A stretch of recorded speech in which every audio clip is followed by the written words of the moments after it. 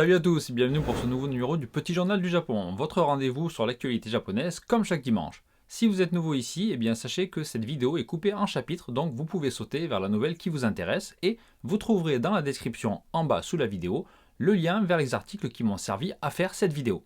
Et si vous n'êtes pas nouveau ici, eh bien je vous remercie vraiment pour votre soutien et votre fidélité semaine après semaine.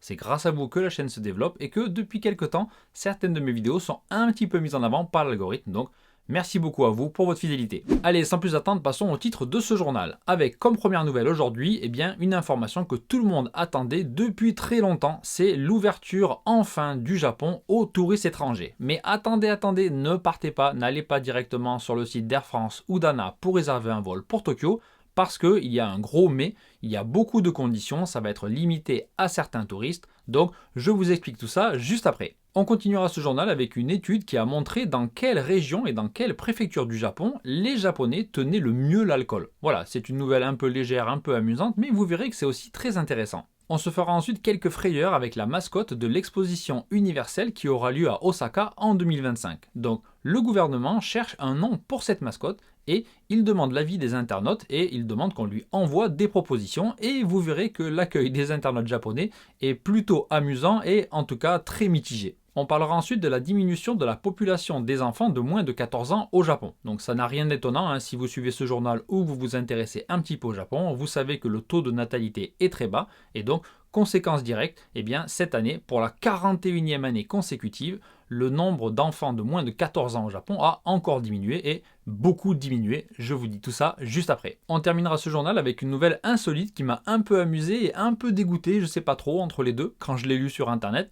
Et on va parler de la vente de masques usagés. Oui, vous avez bien entendu, il y a des gens qui vendent leurs masques usagés et pire, il y a des gens qui achètent ces masques usagés. Voilà, je vous dis tout à la fin de ce journal. On commence donc ce journal par la nouvelle que vous attendiez tous depuis des mois, voire des années, c'est que le Japon va enfin ouvrir un peu ses frontières et accepter certains touristes étrangers à compter du mois de juin. Alors je vais être honnête avec vous, j'étais très étonné par cette nouvelle, hein. Je vous l'ai déjà dit plusieurs fois dans d'autres vidéos, mais j'étais persuadé que le Japon ne ferait rien du tout jusqu'au mois d'août, parce qu'il y a des élections importantes au mois d'août, et je pensais que le gouvernement n'allait pas tenter, n'allait pas prendre de risques, mais cette semaine, M. Kishida, le Premier ministre japonais, qui était en déplacement en Europe et en Angleterre au moment de sa déclaration, eh bien, a annoncé que le Japon allait laisser rentrer certains touristes étrangers sur son territoire. Il a également dit que le Japon envisageait d'assouplir ses restrictions aux frontières progressivement et à terme, le but est d'avoir les mêmes règles que les autres pays du G7. Peut-être que le conseil qui a été donné au gouvernement par un groupe d'experts et dont j'ai parlé la semaine dernière dans le Petit Journal du Japon a été entendu par le Premier ministre, hein, parce que c'est la première fois qu'il donne une échéance claire sur ce qui va se passer et sur la possibilité d'entrer ou non sur le territoire japonais. Alors cette annonce est jolie, mais vous vous demandez peut-être est-ce que moi je peux venir au Japon dès le mois de juin? Alors désolé, mais a priori non. Puisque dans un premier temps, le gouvernement compte laisser rentrer seulement des petits groupes qui sont dans des voyages organisés. En plus, ces participants devront avoir reçu leur 3e dose et le voyage devra suivre un itinéraire précis décidé à l'avance. Donc voilà, on est encore loin de la liberté totale et de l'ouverture à tout le monde, mais c'est un premier pas. Et d'ailleurs, ces groupes seront des tests et si ça se passe bien, s'il n'y a pas d'augmentation des cas ou de contamination incontrôlée, eh bien, le gouvernement envisage petit à petit d'élargir les possibilités d'entrée sur le territoire et de laisser progressivement rentrer tous les touristes comme donc les autres pays du G7, comme je l'ai dit tout à l'heure. Et il a évidemment précisé que l'ouverture progressive des frontières allait dépendre de la situation sanitaire ici et que le gouvernement attendait notamment de voir si la Golden Week, qui a eu lieu cette année, donc sans restriction, comme j'en ai déjà parlé, eh bien, aura un impact. Est-ce qu'il va y avoir une augmentation du nombre de cas de personnes testées positives ou non? Voilà, donc il y a beaucoup de si, il y a beaucoup de conditions, mais en tout cas, la volonté est là d'ouvrir enfin les frontières du pays. Et si vous attendez ça évidemment avec impatience depuis longtemps, imaginez un peu dans quel état sont les professionnels du tourisme au Japon. Voilà, ça fait des mois qu'ils demandent au gouvernement et qu'ils attendent que le gouvernement laisse les touristes étrangers rentrer.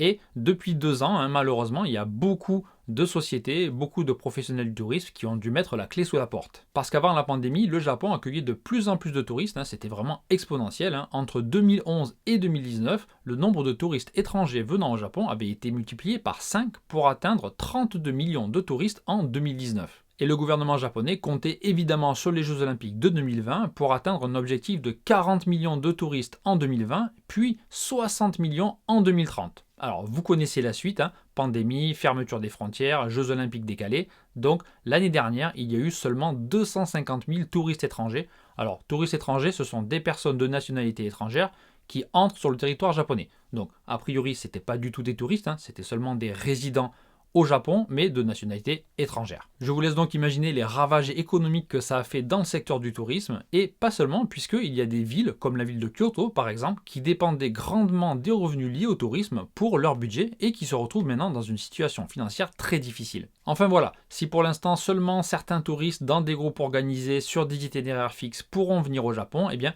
le gouvernement envisage, si ça se passe bien, d'augmenter la limite d'entrée journalière qui est actuellement fixée à 10 000 par jour à 20 000 courant juin. Donc espérons que petit à petit d'autres catégories de touristes pourront venir et que très bientôt tout le monde pourra enfin venir librement au Japon. Donc quand ça arrivera, il faudra vraiment fêter ça dignement et arroser ça. Et justement, si vous venez au Japon et que vous arrosez ça avec des Japonais, eh bien sachez que tous les Japonais ne sont pas égaux face à l'alcool. Voilà, c'est notre deuxième sujet de la semaine.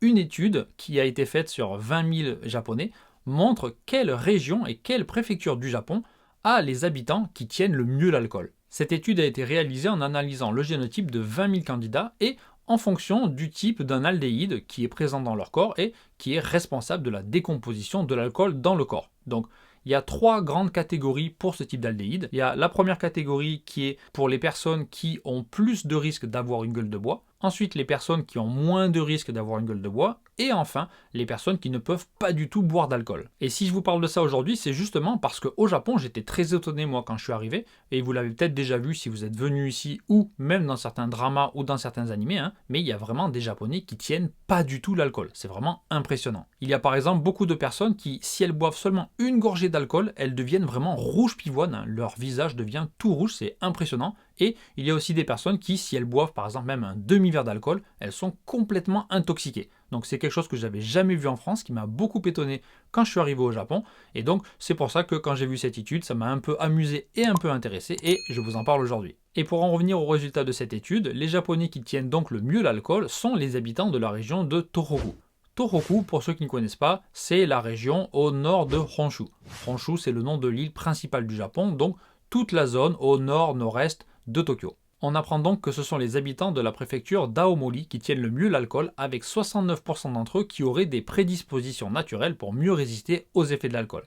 Ils sont suivis par les habitants d'Okinawa. Donc Okinawa, c'est une série d'îles qui est située à l'extrême sud du pays. Et ensuite viennent les habitants des autres préfectures de Tohoku, c'est-à-dire Iwate, Akita, puis Yamagata. Et à l'opposé, les endroits où on tient le moins l'alcool, c'est plutôt dans le Kansai, à Kyoto et Osaka, et les préfectures voisines. Et contrairement à ce qu'on aime bien dire ou penser, eh bien être résistant à l'alcool et bien tenir l'alcool, c'est pas du tout une qualité, c'est même plutôt un handicap du point de vue de l'évolution de l'espèce. Si vous voulez plus d'infos sur le sujet, je vais vous mettre dans la description le lien vers une vidéo de Science Étonnante, donc c'est la chaîne YouTube Science Étonnante, et il a fait une vidéo très intéressante où il expliquait donc pourquoi les Asiatiques ne tiennent pas l'alcool et pourquoi en réalité c'est plutôt quelque chose de positif du point de vue de l'évolution. Voilà, c'est très intéressant, donc si vous n'avez pas encore regardé cette vidéo, foncez la voir après avoir regardé ce petit journal. Bien, parlons maintenant de l'horrible personnage qui est sur la vignette de cette vidéo, qui est en réalité la mascotte pour l'exposition universelle qui aura lieu en 2025 à Osaka. Et cette mascotte avait en fait été choisie par les internautes parce que le gouvernement, donc le ministère de l'Industrie, du Commerce et de l'Économie, avait demandé aux internautes de choisir entre trois mascottes qui étaient toutes plus moches les unes que les autres. Et donc, c'est cette mascotte qui avait été choisie il y a quelques semaines. Et aujourd'hui, le gouvernement, cette semaine, demande aux internautes à nouveau leur aide et il demande d'envoyer des propositions pour nommer cette mascotte qui est franchement ridicule. Et évidemment, ça n'a pas manqué de faire réagir et d'amuser beaucoup les internautes qui s'en sont donnés à cœur joie pour proposer les noms les plus farfelus. Certains ont même fait des dessins pour illustrer leur nom horrible pour cette mascotte que personne n'aime vraiment. Et donc il y avait des noms très amusants. Il y avait notamment End of the World Kun. Donc Kun, c'est le petit sobriquet pour les garçons en général, et donc End of the World, la fin du monde. Il y avait aussi la malédiction des abysses, donc plutôt classe, j'aime bien. ou encore le porteur de mort, donc Deathbringer en anglais. Alors on se moque bien sûr et j'étais le premier à rigoler, mais si votre nom est choisi, eh bien vous pouvez remporter jusqu'à 300 000 yens. Et donc on peut proposer un nom en ligne, mais attention, il faut être résident au Japon. Donc soit étranger, soit japonais, mais il faut être ici. Donc voilà, si vous avez des idées farfelues, n'hésitez pas à me les envoyer, je vais peut-être participer au concours. Pour continuer ce journal, une nouvelle récurrente, on en a déjà parlé plusieurs fois, mais la baisse de la natalité entraîne donc forcément une baisse de la population des enfants de moins de 14 ans au Japon. Et cette année, donc au 1er avril, pour la 41e année consécutive, eh bien, le nombre d'enfants de moins de 14 ans au Japon a diminué pour atteindre cette année 14,65 millions d'enfants, soit 250 000 enfants de moins que l'année dernière. Et il faut savoir qu'avec ce nombre, eh bien, les enfants de moins de 14 ans représentent seulement 11,7% de la population du pays. Et dans le monde entier, dans tous les pays de plus de 40 millions d'habitants, eh bien, c'est le Japon qui a le pourcentage le plus bas, derrière l'Italie et c'est 12,9%, et même derrière la Corée du Sud et c'est 11,9%. Et la situation ne risque pas de s'améliorer, évidemment, puisqu'il y a 3,23 millions d'enfants entre 12 et 14 ans et seulement 2,51 millions entre 0 et 2 ans. Et on apprend également que ce déclin de la population des moins de 14 ans touche toutes les préfectures du pays, les 47 préfectures, et ça c'est la première fois depuis 1999. Parmi les préfectures japonaises, celle qui a le plus haut pourcentage d'enfants de moins de 14 ans, c'est Okinawa, avec 16,5%, et celle qui a le plus bas pourcentage d'enfants de moins de 14 ans, c'est Akita, au nord-est du pays, avec seulement 9,5%. Alors évidemment, cette nouvelle n'a rien d'étonnant si vous vous intéressez un petit peu au Japon. Tout le monde sait que la population vieillit, mais je vous en parle aujourd'hui pour vous montrer, justement, pour illustrer avec des chiffres concrets, à quel point la population japonaise diminue et vieillit. Allez, on termine ce journal avec une petite nouvelle insolite que j'ai lue cette semaine et qui m'a un peu étonné, puisque c'est un nouveau moyen de se faire de l'argent en vendant des choses dont on n'a plus besoin. Alors, je connaissais la vente de mangas d'occasion, la vente de vêtements, même la vente de sous-vêtements. Je peux éventuellement imaginer pourquoi certaines personnes achètent des sous-vêtements usagés, même si on ne sait pas vraiment qui les a portés. Mais bon, cette semaine, on est allé encore un peu plus loin dans n'importe quoi, puisque on parle de vente de masques usagés. Alors évidemment, vous l'aurez compris, quand on parle de vente de masques usagés, ce sont des masques qui ont été portés par des jeunes femmes japonaises. Donc certains masques avec des traces de bisous avec du rouge à lèvres ou bien des traces de salive. Voilà, les masques de vieux monsieur japonais, ça ne fait pas recette. Alors par contre, ne vous ruez pas tout de suite sur Mercari pour vendre vos masques. Donc Mercari, c'est une sorte de bon coin japonais.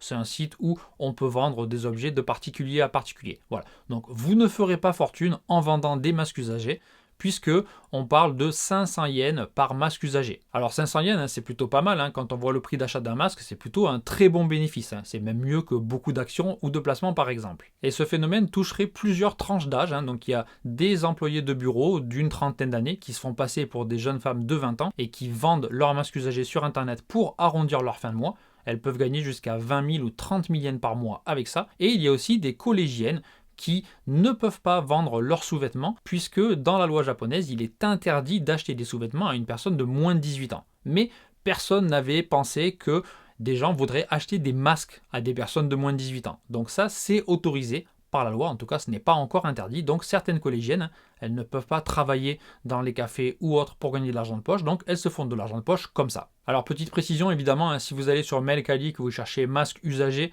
vous n'en trouverez pas, puisque les vendeuses postent de fausses annonces pour cacher le produit qu'elles vendent, pour ne pas se faire repérer et se faire bannir, puisque le site ne voit pas ça d'un très bon œil, évidemment. Enfin voilà, c'était une nouvelle insolite que j'ai trouvée un peu amusante et un peu dégoûtante, je sais pas trop. Mais voilà, si vous avez envie de gagner de l'argent avec vos masques usagés, il y a peut-être un filon à creuser. Ou pas du tout, je sais pas, vous me direz si vous essayez de faire ça en France. Voilà, c'est tout pour ce petit journal du Japon, j'espère que ça vous a intéressé. Comme d'habitude, si c'est le cas, n'hésitez pas à le partager à vos amis et sur les réseaux sociaux. Mettez un petit like, abonnez-vous si ce n'est pas déjà fait, et puis moi je vous souhaite une bonne soirée, une excellente semaine, et je vous donne rendez-vous la semaine prochaine pour le nouveau petit journal du Japon.